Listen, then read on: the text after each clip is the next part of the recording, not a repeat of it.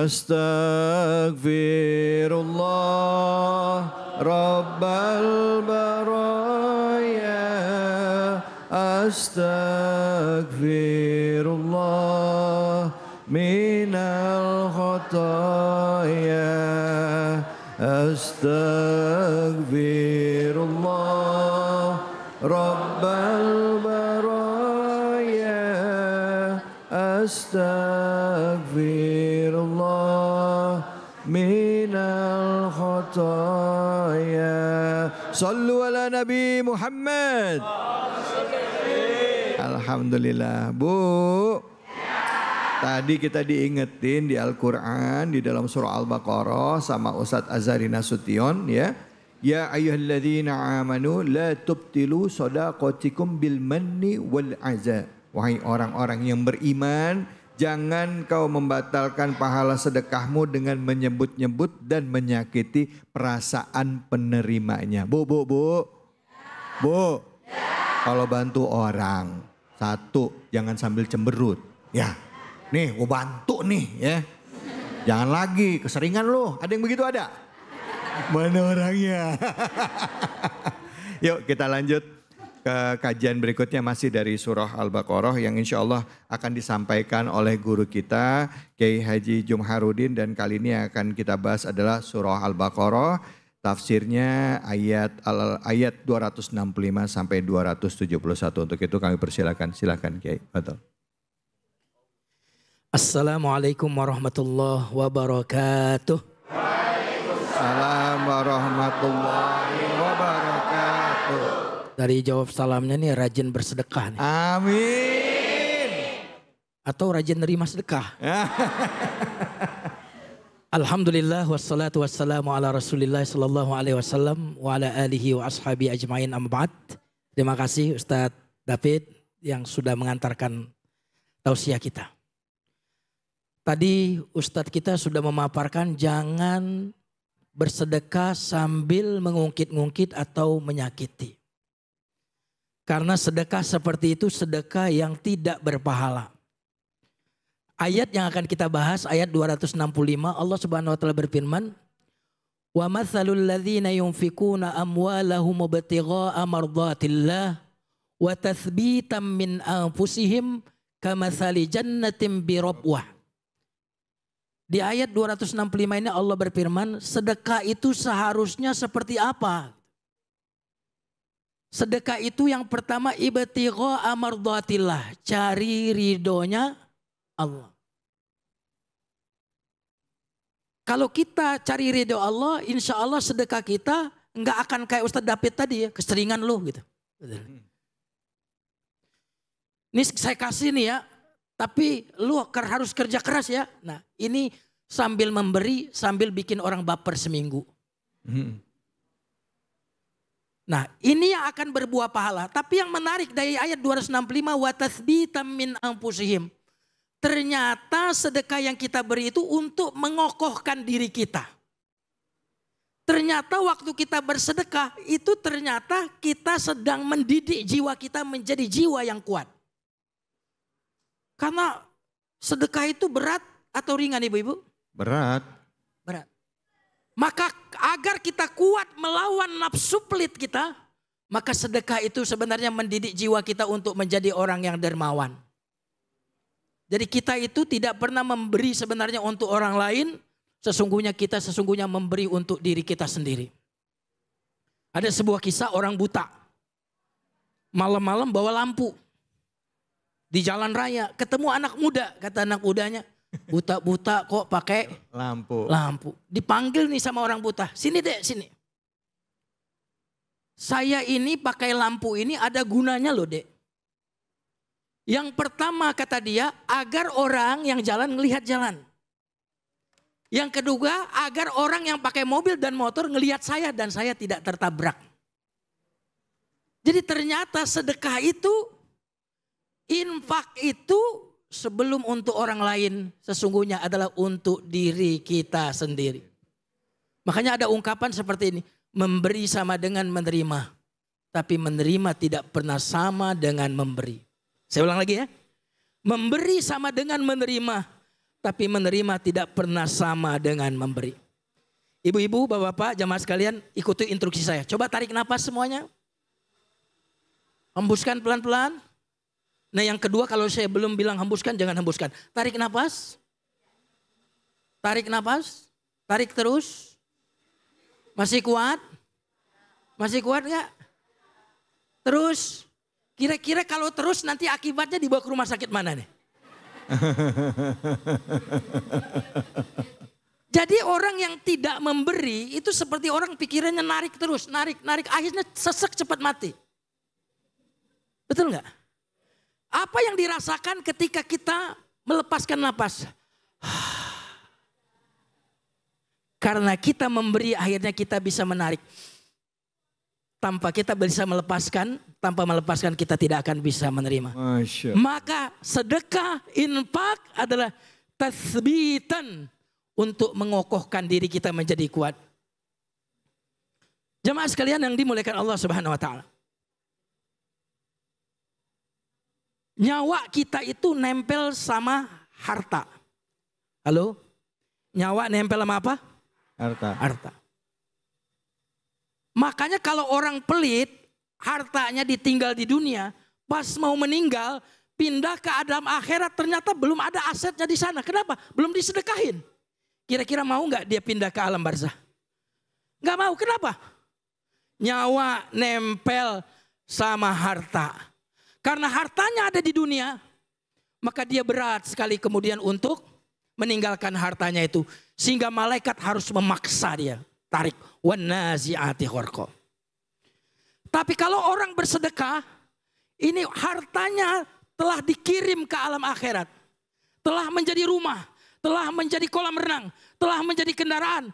Ketika malaikat kemudian ingin mengajaknya pindah. Dilihatkanlah ke aset-aset yang telah dia kirim ke alam akhirat itu.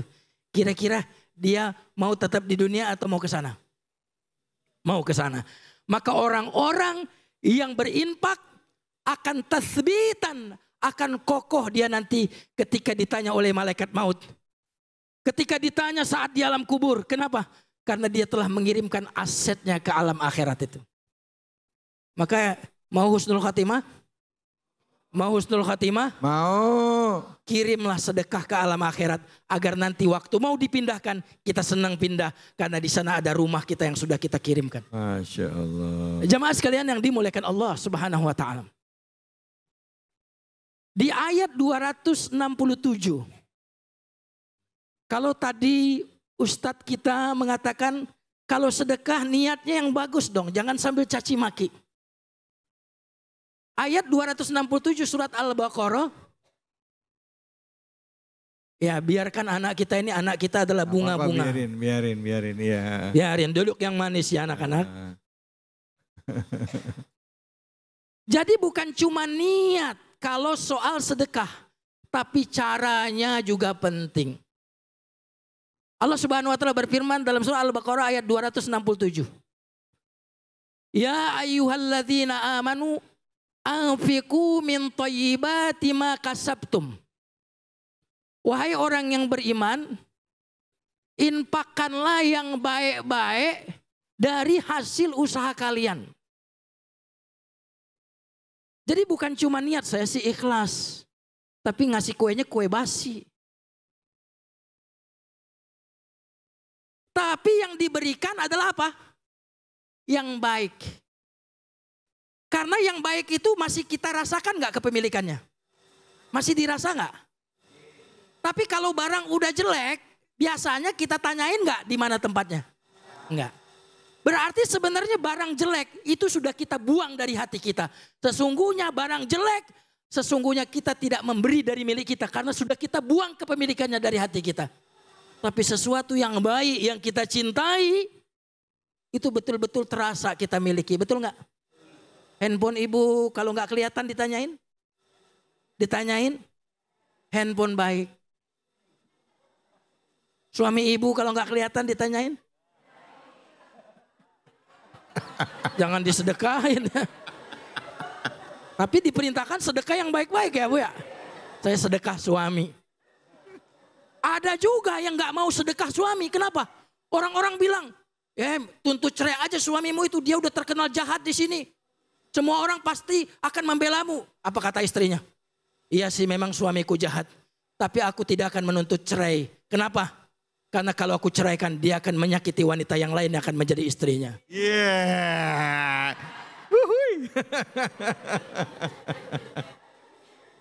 Ya luar biasa ya. Subhanallah. Jadi maksudnya sedekah suami itu Ustaz? Ya. Oh bukan disedekain sama perempuan lain bukan Ustaz ya? Ya kalau ikhlas sih. Kata ibu masih banyak yang lain. Yang perlu disedekain. Nah jamaah sekalian yang dimuliakan Allah Subhanahu wa taala. Infakkanlah yang baik-baik dari hasil usaha kalian. Jangan sampai kita ngasih tetangga nasi uduk tapi nasi uduknya udah basi. Ya. Jangan sampai kita ngasih tetangga kue. Enak sih kuenya, tampilannya kemasannya enak. Pas ditanya sama tetangga, dari mana? Nyolong dari hajatan tetangga. Jadi jangankan kita, kalau bensin saja campur. Ibu-ibu misalkan ya, facial pakai oli bekas, kira-kira bagaimana Bu? Innallaha thayyibun la yaqbalu illa thayyiba. Allah itu maha baik dan tidak menerima sesuatu kecuali yang baik. Yang jelek aja kita nggak suka, kita aja nolak dikasih yang jelek, betul nggak? Lalu bagaimana kita memberikan kepada Allah yang jelek, yang haram, yang dimurkai oleh Allah Subhanahu wa taala. Nanti kasihan juga malaikat jadi bingung ya. Ini nyatetnya pahala atau dosa nih kata malaikat. Jadi kalau mau memberi, berilah yang halal, berilah yang baik. Jangan sampai bikin malaikat bingung. Orang yang memberi dari harta yang haram, itu seperti ngirim barang ke kurir yang alamatnya adalah neraka. Mudah-mudahan kita semua bisa menjadi orang-orang yang rajin berinfak. Amin ya rabbal alamin. Amin. Masya Allah, terima kasih banyak Ustaz. Bu, Pak, sedekah yang baik. Kalau mau ngasih orang baju bekas, dipilih jangan yang bolong-bolong yang dikasih. Baju yang masih mau kita pakai, yang bagus, kasih yang terbaik. Gitu juga dengan makanan, kasih yang terbaik. Jangan pas lagi bikin gulai kambing Ustadz, ya, yang dagingnya buat kita, jeroan buat tetangga. Jangan yang ini buat bagi-bagi. Mudah-mudahan kalau yang terbaik datang dari hati yang paling dalam, Allah balas dengan kebaikan buat kita semua. Amin ya robbal. Bu, Pak, yang mau tanya siapa silahkan angkat tangan ya. Silahkan Bapak. Assalamualaikum warahmatullahi wabarakatuh. Waalaikumsalam warahmatullahi wabarakatuh. Nama saya Abdul Aziz. Pertanyaannya terkait dengan hutang Ustadz. Kalau misalnya kita memberikan pinjaman, memberikan hutang gitu ya, tapi diumbar gitu ya, itu kan mungkin biar cepat dibalikin gitu ya Ustadz ya. Nah, itu kan bisa jadi bikin sakit hati juga untuk yang mendengarnya ya. Nah itu bagaimana Ustadz, seperti apa? Wassalamualaikum warahmatullahi wabarakatuh. Waalaikumsalam. Namanya Pak siapa Pak? Pak Aziz, oke ya. Pak Aziz silakan Ustadz. Pertanyaan yang bagus ya. Ini masalah hutang. Kalau orang kita berikan hutang tapi dia nggak bayar-bayar gitu ya, hilang alamatnya. Apakah boleh kita kemudian mempublikasikannya? Kita tulis di sosmed, ini orang utang nggak bayar-bayar. Pada dasarnya hukumnya tidak boleh. Karena Al-Quran, Allah Subhanahu wa taala berfirman, wa in kana dzu usratin fanaziratun ila maisarah. Kalau seandainya orang yang berhutang kepada kita dalam kesulitan, fanaziratun ila maisarah, tangguhkan. Nah, jadi kalau dia misalkan janji sebulan bayar, utang kita misalkan utang dia ke kita 5 juta. Kemudian dia mundur 11 bulan. Berarti kita kaliin tuh 5 juta kali 11 berapa tuh? berarti kita telah menghutangi dia, pahala menghutanginya. Pahalanya ya, bukan bunganya, bukan. Pahala menghutangannya bukan 5 juta lagi sudah. Dikaliin per bulannya berapa dia menunda. Itu hitungannya seperti sedekah setiap bulan. Seperti sedekah tiap bulan itu. Nah jadi tangguhkan. Tapi bagaimana Ustadz? Dia ini terus menerus kemudian menunda dan menunda. Tanpa ada kata pasti. Al-Quran mengatakan wa anta saddaku khairul lakum. Bersedekahlah. Artinya halalkanlah itu. Tapi itu mudah atau tidak? Tidak mudah. Nah, asal hukumnya menurut Quran adalah kita tangguhkan. Bahkan kalau perlu katakan kepada Allah, ya Allah si fulan itu ngutang kepadaku dan sudah menunda-nunda begitu lama ya Allah. Fulan tidak mau membayar itu ya Allah. Karena itu aku meminta engkaulah yang membayarnya ya Allah. Aku minta kau menggantinya ya Allah. Si fulan sepertinya tidak mau membayar hutang. Atau tidak sanggup membayarnya. Atau tidak sanggup membayar hutang. Karena gini, kamu tuh gak punya uang atau sebenarnya gak niat bayar hutang. Ya, ya. Kan ada yang begitu. Kalau tidak sanggup dia makan pakai apa? Nah karena itu yang pertama asal hukumnya adalah tidak boleh. Tapi kalau orang ini sudah biasa ngutang tapi nggak bayar, sudah jadi kebiasaannya, maka kita boleh kemudian mempublikasikannya untuk menyelamat orang lain yang belum jadi korban. Nah itu kalau dia udah biasa, kebiasaannya boleh dipublikasikan. Iya. Allah. Baik, terima kasih banyak Ustadz. Bu, Pak, biasanya nih korban pinjol nih ya. Itu pinjolnya masuk ke medsos, nagihnya di medsos. Saya pernah ada orang yang nagih salah seorang yang saya kenal ke DM saya. Mas tolong kenal ya sama ini, dia udah hutang sama pinjol. Tolong suruh dia bayar. Kalau Anda enggak, malah saya yang disumpahin. Kalau Anda enggak nyampein, Anda saya akan sumpahin 7 turunan. Walah saya bilang, yang pinjem siapa, yang kena siapa. Ada yang begitu ada? Ada. Nah kalau kayak gitu gimana Ustadz? Kalau sampai, ya itu kan perusahaan ya. Nah kayak gitu gimana Ustadz? Ya kalau perusahaan harusnya memang ya harus ada regulasi dari pemerintah yang juga menjamin kehormatan dari orang yang minjem. Kenapa? Karena jangan sampai kita memberikan hutang tapi kemudian menghancurkan harga diri orang. Ya. Karena sesungguhnya dalam Islam Pak Mas David, ya. Menghutangi itu bagian dari tolong menolong. Ya. Sementara berbagai macam instansi tadi menghutangi untuk mendapatkan. Iya, iya. Dapat uang, profit dari situ. Ya, kalau dalam Islam menghutangi itu adalah saling berkasih sayang, saling tolong menolong.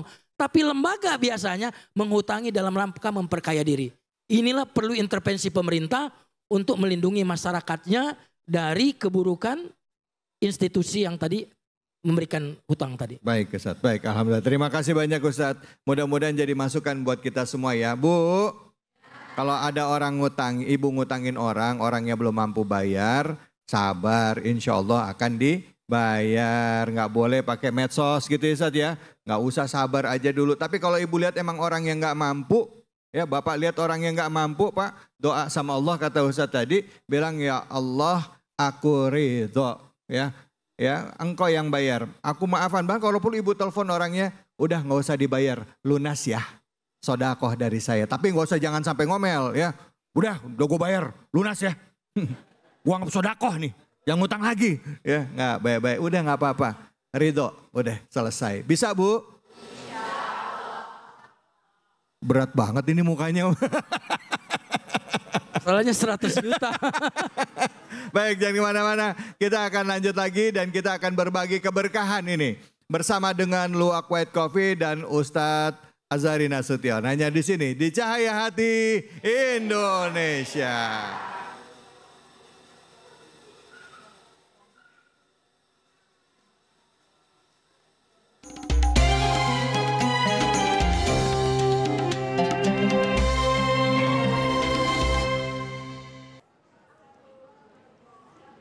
Nah, assalamualaikum warahmatullahi wabarakatuh. Oke, sekarang saatnya kuis Cahaya Hati Indonesia berbagi keberkahan bersama Luwak White Coffee nih. Alhamdulillah. Sekarang yang bisa jawab bapak-bapak, ibu-ibu ada keberkahan 1 juta rupiah dari Luwak White Coffee. Jangan lupa dipotong pajak. Kira-kira ada yang mau nggak nih? Angkat tangan silakan. Oke, saya pilih ya. Bismillah Bapak, ini yang paling istiqomah angkat tangannya. Silakan Pak, maju ke depan. Iya. Jangan lupa dipotong pajak. Oh nanti ya. Kecepatan, belum dikasih hadiah udah dipotong pajak. Oke silakan. Bapak siapa namanya? Assalamualaikum. Assalamualaikum warahmatullahi wabarakatuh. Salam warahmatullahi wabarakatuh. Perkenalkan nama saya Ahmad Amin. Ahmad Amin. Panggilannya? Amin. Pak Amin. Kok ibu-ibu tahu semua? Oke udah siap Pak? Insya Allah siap. Udah siap dapat hadiah? Insya Allah siap. Jawab pertanyaannya. Nah pertanyaannya adalah surah apa yang kita bahas di tema kali ini yang bicara tentang sedekah di program ini? Silakan. Surat Al-Baqarah. Betul Bapak Ibu? Oke, karena Pak Amin bisa menjawab maka Pak Amin mendapatkan hadiah sebesar 1 juta rupiah. Jangan lupa dipotong pajak. Alhamdulillah. Alhamdulillah. Terima kasih. Barakallahu fikum. Oke pemirsa, mudah-mudahan bermanfaat dan silahkan diterima Pak Amin. Mudah-mudahan senantiasa dalam liputan keberkahan. Assalamualaikum warahmatullahi wabarakatuh. Waalaikumsalam warahmatullahi wabarakatuh.